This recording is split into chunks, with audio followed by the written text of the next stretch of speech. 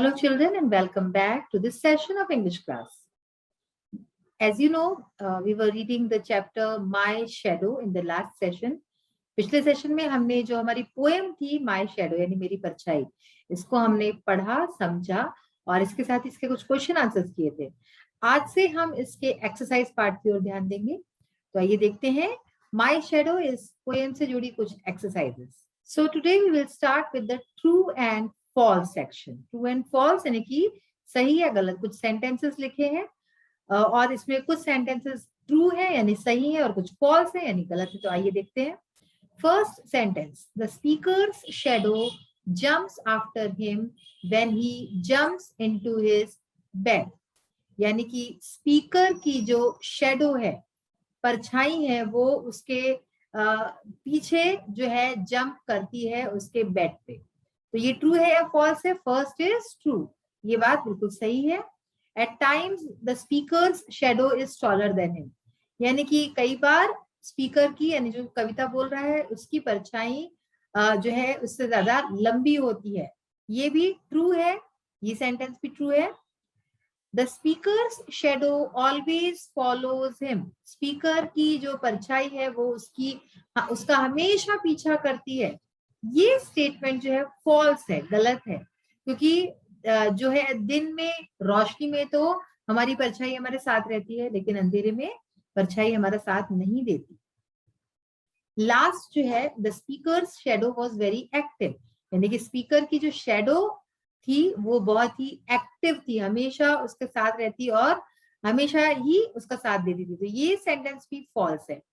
ये हमने जब पोएम में पढ़ा था कि जब वो अर्ली मॉर्निंग में उठता है और जो है बगीचे में जाता है तो तब उसकी शेडो उसके साथ नहीं होती. उससे हमें पता चलता है कि वो लेजी है, उसकी shadow, it is not active. तो ये तो थे हमारे ट्रू फॉल्स. आइए अब आगे और इसकी कुछ एक्सरसाइजेस हैं. वर्ड स्टडी में आज हम देखते हैं. Look at these words. यहाँ पे कुछ वर्ड्स दिखे हैं, उसको हम देखते हैं. Funny, funnier, funniest. Little, less, least. Shining, more shining, most shining. और मैनी, मच, मोर, मोस्ट. तो ये क्या है बेटा? ये है डिग्रीज ऑफ एडजेक्टिव्स. ठीक है ना? Positive degree, comparative degree and superlative, इसको ऐसे बोलते हैं. तो फनी, फनियर, फनीएस्ट, इसमें क्या किया गया? इसमें वाई की जगह आई लगा दिया और ER.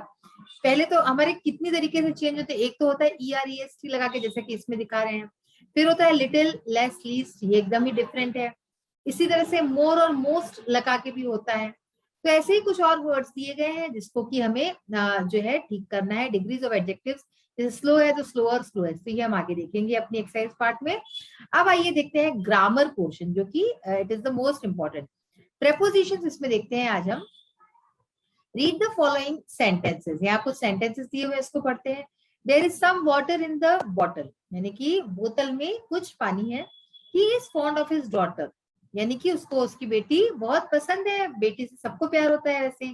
He fell off the ladder. वो सीढ़ी से गिर गया. लैडर यानी कि सीढ़ी.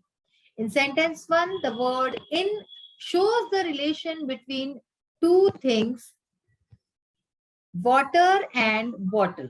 अब देखिए सेंटेंस 1 अगर हम देखें, there is some water in the bottle, इसमें in जो शब्द है, ये जो in शब्द है, ये क्या करता है? ये दर्शाता है रिलेशनशिप, संबंध दिखाता है दो चीजों के बीच में. किस किस चीज के बीच में? वाटर और bottle. Water in the bottle, पानी कहाँ पे है? पानी बोतल के अंदर है. Water in the bottle. In sentence 2, अब दूसरे सेंटेंस में the word of shows the relation between the adjective fond and the noun daughter. दूसरे सेंटेंस में of ये जो शब्द है हमारा, ये संबंध दिखाता है एडजेक्टिव fond. fond क्या है हमारा? एडजेक्टिव है, विशेषण है. और नाउन डॉटर है. fond of his daughter, fond of daughter. ठीक है, इन दोनों के बीच में संबंध दिखाता है. इसी तरह से इन सेंटेंस 3, थर्ड जो सेंटेंस है, the word of, of जो है, shows the relationship between the verb fell and the noun ladder. तो ये जो है संबंध दिखाता है fell और ladder. fell जो कि verb है और ladder जो कि noun है, संज्ञा है. इन दोनों के बीच में संबंध बताता है. These words which are used before a noun or a pronoun to show its relationship with another word in the sentence are called prepositions. तो ये जो शब्द हमने तीनों पढ़े, इन, ऑफ और ऑफ, ये तीनों प्रीपोजिशंस कहलाते हैं। प्रीपोजिशंस क्या होते हैं? ऐसे शब्द होते हैं जो कि नाउन या प्रोनाउन के पहले लगते हैं। देखिए आप, लेडर के पहले लेडर ऑफ ना, हिज डॉटर, और इसी तरह से इन द बॉटल, तो ये सारे हमारे नाउन या प्रोनाउन है। तो नाउन प्रोनाउन के पहले लगता है और रिलेशनशिप बताता है with another word in the sentence, किसी दूसरे शब्द से नाउन या प्रोनाउन का रिलेशनशिप बताता है, उसको प्रीपोजिशन बोलते हैं। The noun or pronoun which follows a preposition is called its object. जो नाउन या प्रोनाउन, संज्ञा या सर्वनाम जो उसको फॉलो करती है, कि जो उसके बाद आती है, उसको उसका ऑब्जेक्ट बोलते हैं। Note that pronouns used after a preposition should be in the objective case. अब आपको एक चीज जो है ध्यान रखने वाली बात है कि जो प्रोनाउन जो है preposition के बाद लगते हैं वो ऑब्जेक्टिव केस में होने चाहिए। अब देखिए इसको और समझेंगे। He is fond of her, ठीक है, he is fond of her, not he is fond of she. तो यहाँ पे हम she नहीं लिख सकते, यहाँ पे हम her लिखेंगे। अब preposition में है two or more objects, preposition के दो या दो से ज्यादा भी ऑब्जेक्ट्स हो सकते हैं। एग्जाम्पल देखिए इसका, between you and me there are few secrets, ठीक है, between you and me there are few secrets. Here the pronouns you and me, यहाँ पे दो प्रोनाउन है you and me, are the objects of the preposition between, और preposition क्या है यहाँ पे? between। तो ये दोनों ऑब्जेक्ट जो है ये are the objects of the preposition between, ये दोनों ऑब्जेक्ट है between जो preposition है उसके। prepositions show various kinds of relations, prepositions अलग अलग तरह के relations यानी संबंध बताता है।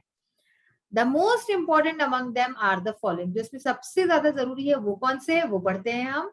place यानी कि जगह, she ran across the street यानी कि वो स्ट्रीट से भागी, यानी कि एक तरफ से दूसरी तरफ जाना।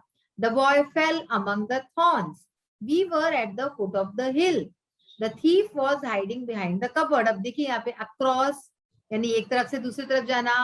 The boy fell among the thorns, among यानी कि उसके बीच में, कांटों के बीच में गिर गया। We were at the foot of the hill, हम हिल के यानी पर्वत के, फुट यानी कि नीचे, हम उसके नीचे थे। The thief was hiding behind the cupboard, behind is पीछे। तो ये सारे शब्द क्या बताते हैं? जगह बताते हैं, ठीक है ना, प्लेस बताते हैं। अब है नेक्स्ट टाइम, ठीक है ना, तो समय, टाइम यानी क्या होता है? समय। I have a meeting in the afternoon यानी कि मेरी दोपहर में मीटिंग है। In, you must return before sunset, तुम्हें जो है सनसेट के, सूर्यास्त के पहले आ जाना चाहिए। Wait till tomorrow, we waited for hours. तो ये सारे वर्ड्स टाइम बताते हैं हमारे, इन, बिफोर, टिल, फॉर। फिर आता है method and manner. Method and manner यानी कि किस तरीके से, है ना, किस तरह से कोई काम होता है।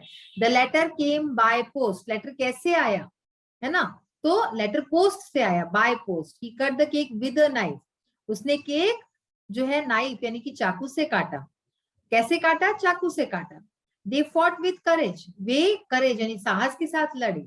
दे सक्सीडेड बाय हार्ड वर्क, तो वो हार्ड वर्क यानी मेहनत से सफल हुए। तो यहाँ पे ये सारे शब्द में बता रहे हैं कि किस तरह से हुआ कोई काम।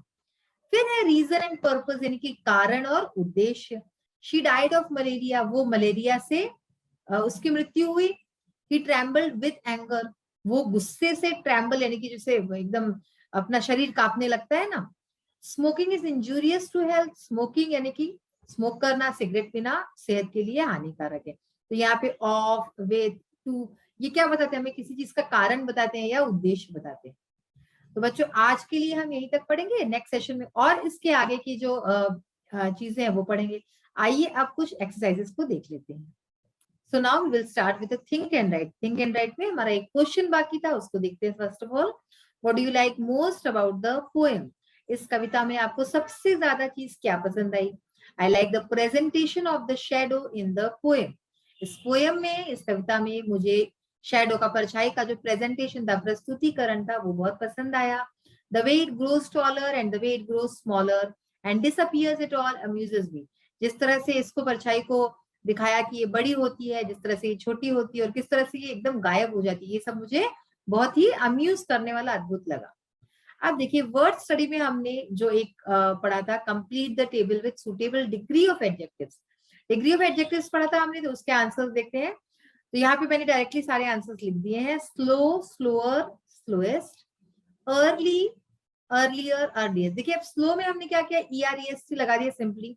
जो वर्ड्स हमारे वाई से एंड होते हैं, इसमें जो एडजेक्टिव्स हमारे वाई से एंड होते हैं, उसमें हम क्या करते हैं, वाई की जगह आई लगा देते हैं। देखिए एंड में वाई की जगह आई और उसके बाद EREST, early, earlier, earliest.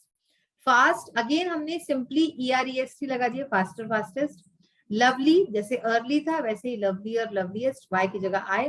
Beautiful, जो स्पेलिंग आपको बड़ी बड़ी लगे, सिंपल होता है, इसमें मोर और मोस्ट लग जाता है, तो beautiful, more beautiful and most beautiful. अब देखिए राइम टाइम जो है, इसमें me in the poem rhymes with see. Poem में मी जो शब्द है ये राइम करता है सी से, me see, without some other rhyming words from the poem. तो और ऐसे कौन कौन से राइमिंग वर्ड्स हैं हमारे, देखिए पोएम में जो आए हैं, head, bed, grow, slow, ball, all, up, buttercup. तो जैसा कि आपको पहले भी बता चुकी हूँ, जो राइमिंग वर्ड्स होते हैं एक दूसरे से साउंड में सिमिलर होते हैं, उनको राइमिंग वर्ड्स बोलते हैं।